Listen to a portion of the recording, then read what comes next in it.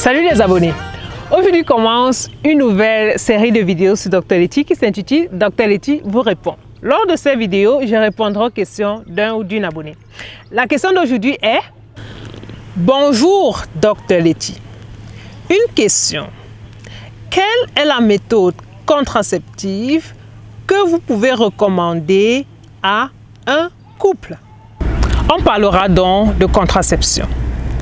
Je trouve ce thème très important, encore plus important pour les plus jeunes, surtout l'accès à la contraception et l'information là-dessus.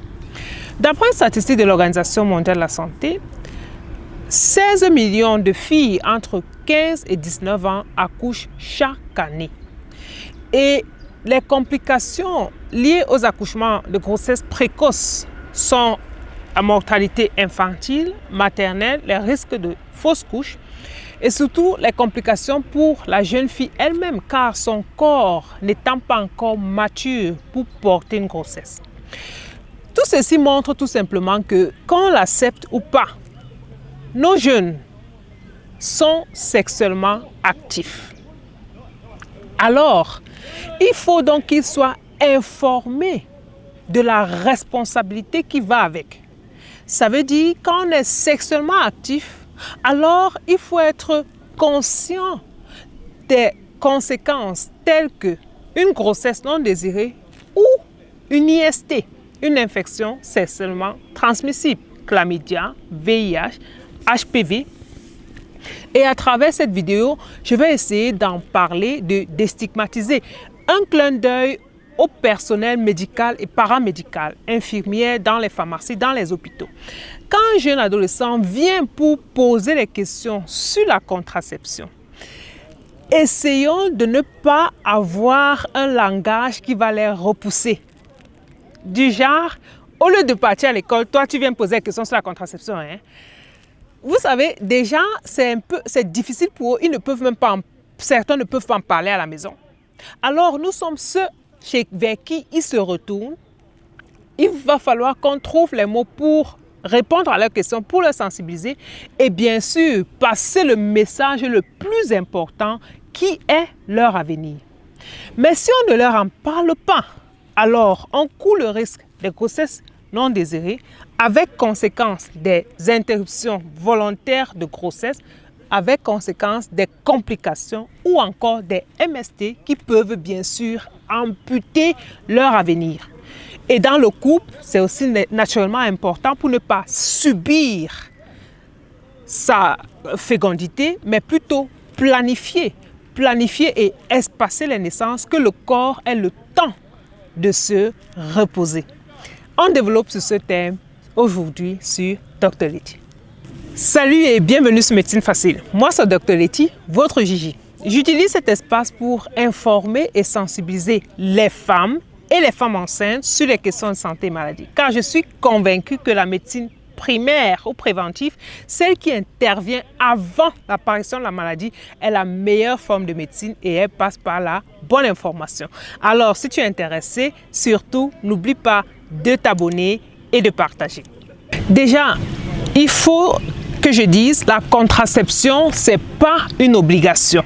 Bien sûr, c'est chacun qui choisit, dépendamment de ses convictions et de ses croyances. Mais il faut aussi dire que grâce à la contraception, que ce soit dans un couple, alors on est capable de ne plus subir la maternité, c'est-à-dire de ne plus avoir une grossesse qui n'était pas planifiée. Parce que ça peut arriver et c'est toujours une joie, mais si on peut tomber enceinte, mais quand on le veut, quand ça passe mieux, c'est bien, pourquoi pas, s'il y a les méthodes pour le faire. Et pour nos plus jeunes, qu'ils comprennent que avoir une sexualité, ce n'est pas seulement le plaisir qui va avec, mais c'est aussi une responsabilité. Et cette responsabilité, surtout en ce qui concerne les grossesses non désirées, elle peut être évitée grâce à une contraception pour éviter des conséquences plus lourdes telles que les IVG ou encore pour éviter d'amputer son avenir. Et je vais encore préciser là-dessus, la contraception, jeune garçon qui m'écoute, le fait que ta copine prenne la pilule ne veut pas dire que vous êtes protégé des IST ou MST. Ça, c'est juste pour être protégé contre une grossesse non désirée quand on a un rapport sexuel qui n'est pas protégé. Mais la pilule ne protège pas d'IST. Avec le préservatif, alors on se protège des infections sexuellement transmissibles et des grossesses non désirées. Et à côté de ça, il faut déjà savoir bien l'utiliser, un préservatif. Dans cette vidéo, je vais donc vous éclairer sur le fonctionnement d'une contraception, sur les avantages et les inconvénients des différentes méthodes contraceptives, et ainsi, il sera plus facile pour ceux en couple, mariés ou alors les plus jeunes, de mieux choisir votre contraception. Il y a différentes méthodes contraceptives. On a la contraception hormonale. Ces hormones peuvent être données sous différentes formes. Ça sera en comprimé, par exemple, la pilule. Ça peut être aussi donné à travers un dispositif intra-utérin. Il y a des stérilets à base d'hormones. Les anneaux, les patchs ou encore les injections chaque 3 mois, par exemple. À côté de cela, il y a des méthodes mécaniques. Ça sera un dispositif intra-utérin à partir du cuivre. À côté de ça, il y a encore les méthodes barrières. C'est le préservatif, c'est le diaphragme, ce sont les spermicides. Et puis, il y a ce qu'on appelle la contraception naturelle. C'est le retrait, c'est l'abstinence périodique. Mais je vais insister, dire qu'on compte sur son cycle, sa période ovulatoire, et pour ainsi faire une contraception. Il y a des femmes chez qui ça marche, mais ce n'est pas toujours à 100%. Pendant les périodes, les cycles irréguliers, alors ça peut donner même de très, très beaux bébés. Seulement non planifiés. À côté des méthodes naturelles, il y a ce qu'on appelle la contraception d'urgence. C'est ce que les femmes connaissent sous le nom de la pilule du lendemain. Mais en fait, ça ne doit pas être pris le lendemain, ça doit être pris le plus tôt possible. Parce qu'après 72 heures, on sait, cette pilule-là, ça n'agit plus. Et s'il y a déjà eu fécondation, ça n'agit plus non plus. Ça n'agit pas non plus, raison pour laquelle il est important de la prendre le plus tôt possible. Et enfin, il y a une méthode de contraception définitive. C'est la ligature des trompes chez la femme et la vasectomie chez l'homme. C'est un peu le pendant. C'est-à-dire, les canaux différents chez l'homme qui transportent les spermatozoïdes seront ligaturés. Et ça ne rend pas moins viril, ça n'affecte pas l'érection. C'est tout simplement une méthode de contraception définitive. Là, on est sûr qu'on ne veut plus avoir d'enfants. Donc, c'est irréversible. Maintenant, on va parler de l'efficacité. Vous savez, tout ce qui ne se mesure pas ne s'améliore pas.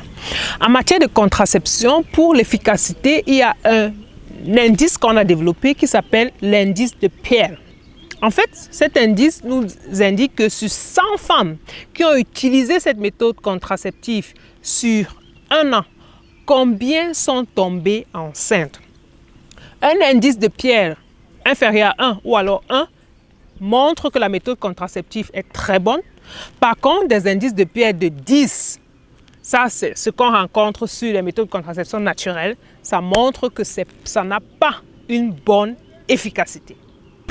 On va continuer avec le mode de fonctionnement de la méthode contraceptive hormonale.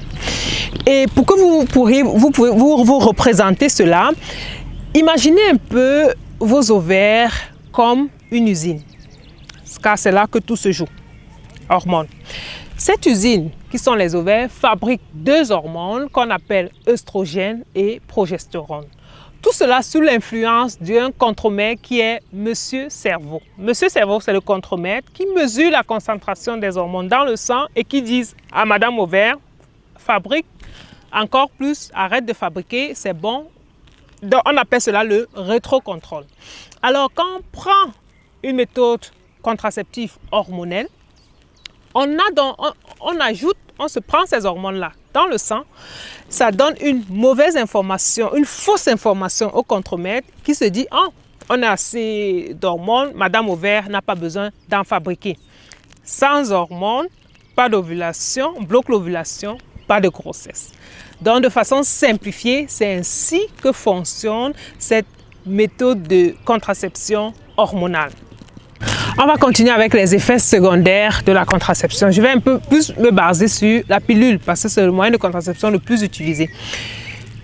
Ce qu'il faut retenir, c'est que la pilule est un médicament. Ça veut dire, ça ne se prend pas tout simplement comme ça, sans consulter. Qui dit contraception dit consultation. Pourquoi, mesdames? Parce que la pilule, ce sont des hormones. Et ces hormones-là peuvent avoir des effets secondaires et dépendamment de votre historique médical, le médecin vous prescrira ou alors la sage-femme va vous recommander une contraception adaptée. Si on veut se concentrer sur la pilule, elle a des hormones qu'on appelle œstrogènes et progestérone. Ces hormones-là, surtout les œstrogènes, ont ce qu'on appelle une hypercoagulabilité, c'est-à-dire ça rend le sang moins fluide. Alors, ça peut entraîner des caillots sanguins ou alors des inflammations au niveau des vaisseaux. Pour une femme qui a certains risques tels que le surpoids ou alors qui fume ou alors qui a déjà eu à avoir un accident vasculaire cérébral ou encore un accident vasculaire cérébral dans la famille ou des risques d'embolie pulmonaire, cette méthode contraceptive ne sera pas recommandée. Elle n'aura rien à voir avec les hormones. Ces femmes-là vont avoir une méthode contraceptive peut-être mécanique comme un stérilet au cuivre. Ça, c'est vraiment le plus important. Avant de commencer avec une contraception, il est très important de consulter. Quand on a une contraception hormonale, surtout les pilules, il y a ce qu'on appelle les petits inconvénients. Mais pour les femmes, c'est souvent très mal supporté, surtout pendant la période d'accouchement. C'est quoi? Ça sera la prise de poids, ça sera la baisse de la libido, les nausées, les maux de tête, le changement d'humeur, les seins qui tirent, les saignements irréguliers, les spotting. Donc, c'est quelque chose, quand vous supportez mal, il sera conseillé que vous en parlez avec votre médecin. Peut-être pourra changer de générique, utiliser autre chose, mais il faut en parler. Si vous ne supportez plus, c'est important d'en parler. Il continue d'avoir une très grosse discussion entre la prise de la pilule et un risque relatif élevé du cancer du sein chez la femme. Les études sont très contraignantes. Mais ce qui est là, c'est qu'il y a un risque relatif a été décrit, élevé du cancer du sein à travers ces hormones-là qu'on prend de façon externe. Mais ce risque commence à être élevé après 5 ans et il diminue aussi et est au même niveau qu'une femme qui ne prend pas d'hormones comme méthode contraceptive après 5 ans. Mais ce qui est aussi positif avec la pilule ou alors les hormones comme méthode contraceptive, c'est qu'elle protège des cancers de l'ovaire, de l'endomètre et du côlon. Ça, c'est quelque chose qui a été observé et qui est positif. Je voudrais insister sur un point qui est l'idée reçue selon laquelle la contraception rendrait infertile. Contraception hormonale, je pense. Quand vous commencez une contraception, mesdames, il est important de savoir quand est-ce que vous voulez tomber enceinte. Pourquoi? Parce que le principe de la contraception à travers ces hormones, c'est de bloquer l'ovulation. Ça veut dire, quand vous arrêtez, eh bien, le corps a besoin de temps. L'organisme a besoin de temps pour que l'ovulation recommence au niveau des ovaires. Et ce temps-là, on peut appeler ça un retard de retour à la fertilité. Dépendamment des femmes, ça peut prendre 4 mois, ça peut prendre 6 mois, mais ce n'est pas une cause de fertilité. C'est la raison pour laquelle quand vous savez, ok, maintenant c'est bon, on planifie, je vais tomber enceinte dans les prochains 4 ou 5 mois, alors vous arrêtez la contraception bien avant, vous commencez à prendre l'acide folique par exemple, ça c'est très important. Et là, le corps, l'organisme aura le temps donc de reprendre sa propre ovulation. Donc, ce n'est pas une question, c'est tout simplement ce temps d'adaptation. Et ça veut dire, quand une femme arrête la contraception, le cycle prochain, vous ne tombez pas enceinte. Et ce n'est pas que la contraception vous a rendu infertile, non. Et souvent, il peut avoir un problème d'infertilité dont le couple n'est pas au courant et du coup, on se dit que c'est à cause de cette contraception. Là, il sera donc important de consulter. Pour répondre à votre question, chers abonnés, sur quelle méthode de contraception recommander à un couple, il est important de répondre à 5 questions. Quelle est l'importance de la contraception pour notre couple? La dame, les hormones, qu'est-ce que j'en pense des hormones? Est-ce que je suis quelqu'un d'organisé ou de spontané? Parce qu'il y a des méthodes contraceptives, surtout la pilule, qui doivent être prises à des heures régulières pendant un certain nombre de temps et qui ne doivent pas être oubliées. À côté de ça, quand est-ce que je veux tomber enceinte? Parce que comme on l'a vu, c'est par rapport à ça que je sais donc quand arrêter avec la contraception. Et enfin, l'influence sur le cycle menstruel. Parce qu'il y a des méthodes contraceptives qui vont donner des saignements irréguliers, un peu plus de saignements ou encore un peu moins. Donc ce sont des inconvénients ou alors des risques qu'il faut éclairer avant de choisir sa méthode.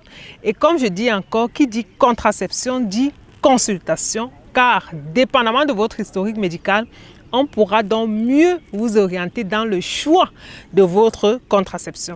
Et à toi, jeune qui me regarde, contraception à travers les méthodes contraceptives énumérées avant ne veut pas dire protection contre les IST. Là, il faut penser à bien mettre un préservatif.